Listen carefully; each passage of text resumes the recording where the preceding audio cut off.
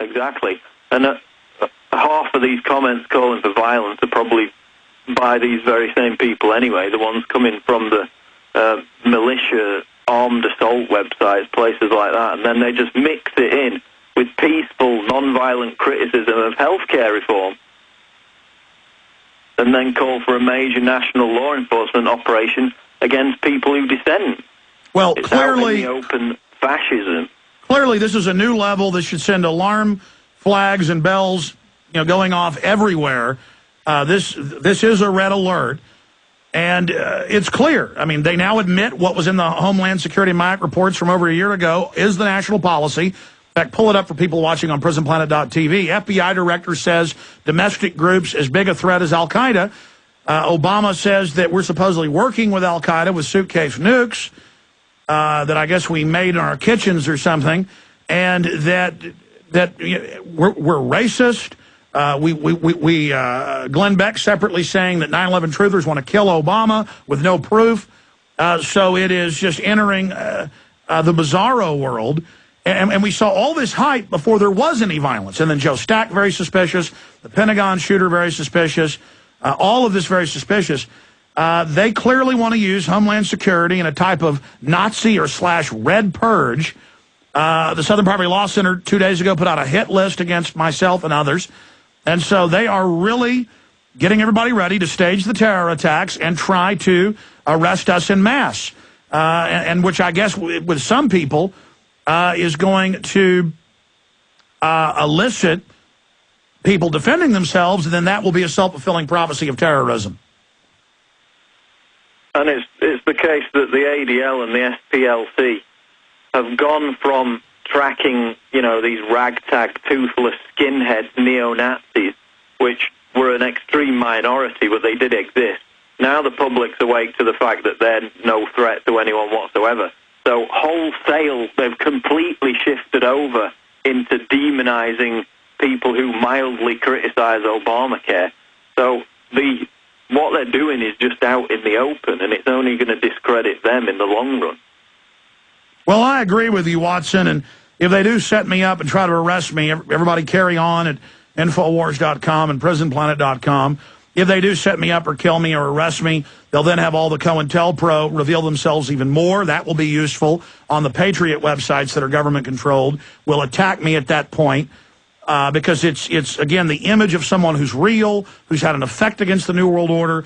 They don't want other people to see what I've done as a model of success, so the image of Alex Jones has to be demonized on all fronts and destroyed. But, again, that won't even work, so I can sleep well and die well if they do kill me, knowing that we have dealt them grievous blows. Exactly, but the fascist nature of what they're doing is inherent in the fact that they're publishing hit lists of people like Ron Paul. I mean, this is a mild-mannered congressman, and they're basically saying he's a terrorist. These people are out of their minds.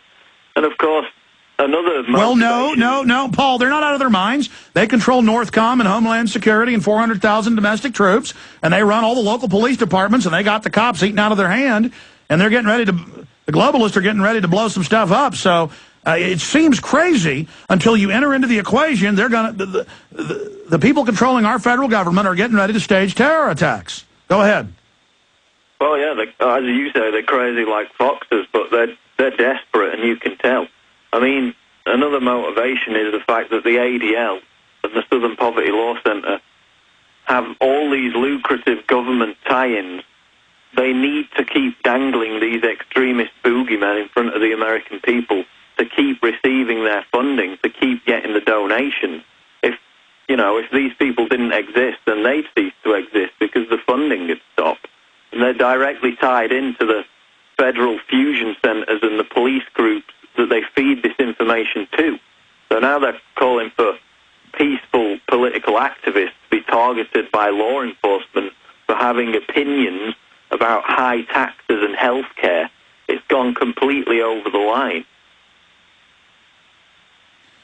Well, it has, Watson, and it just shows the hot nature. For those that don't know what that means, this is not a cold war against the American people by the banks.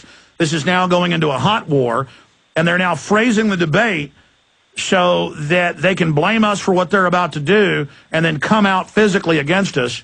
And they're just everywhere calling for our arrest, calling for shutting down freedom on the Internet, because they've decided to go ahead with their complete bankruptcy and takeover and reorganization of the United States.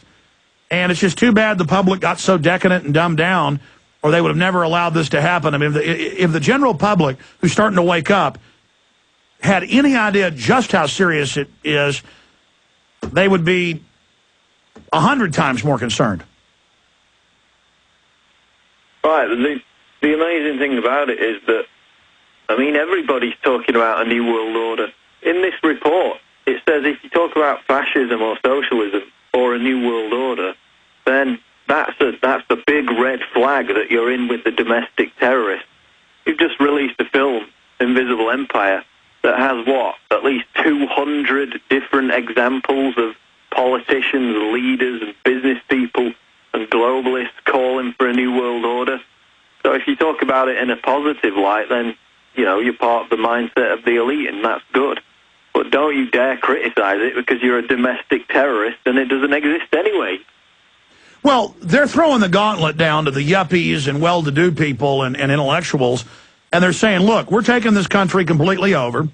It's going to be a hot police state, and we're going to start arresting people, and we're going to have purges. And if you criticize world government or say you don't want banks taking over, we may arrest you. And we've built FEMA camps, and we're going to do it. And, I hadn't talked about this yet. He didn't really ask me not to talk about it, but I wanted to see what unfolded first.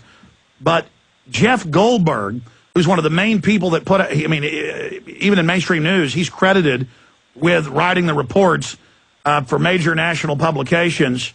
He writes for Atlantic Monthly right now, for writing the major articles about WMDs being real. He was an Israeli prison commander, and he's an Israeli army officer. And he was here, and it was like an ADL assessment. He came to say he's interviewing me for Atlantic Monthly, and it was literally an assessment. And I said, no, I'm not violent, but I don't like what you guys are doing. And I said, this is my country, and I don't want to be a slave. And I said, what the globalists are doing is wrong. And he's gotten all these ADL awards. And he acted real friendly till right at the end of the interview. And I'd seen this with media a lot. And at the end, he got very cold with me, when he left. But, they're flying. He's a top-level, neocon, flying them down here to sit there and, I guess, decide what they're going to do to me. And the FBI-run white supremacist groups are calling for my death. I've got Israel attacking me. I got the white supremacists attacking me, all because I don't want to be a slave and my family to be slaves. So, Watson, this is a very, very dangerous time when I've got Israeli army officers, here at my office. It's getting creepy, Watson. And I agreed to meet with them because, it's like a foreign government coming to talk to me. And I just said, look,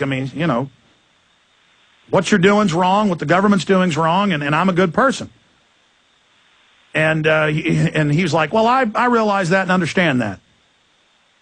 But it's just, but still, it's like he's a foreign army and I'm the evil American, and that's the end of it. It's kind of like two soldiers across the line smoking cigarettes, talking to each other. And what do you say to that, Watson?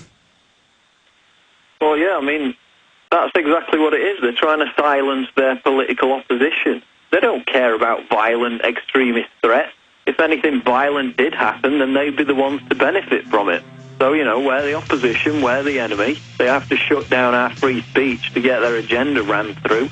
And that's why they're characterizing everybody as extremists and terrorists, because it's designed to chill free speech. And this is an act of terrorism itself, saying Ron Paul and Napolitano are basically terrorists. They say they're terrorists. This is... They're terrorists? Come on. Thank you, Watson.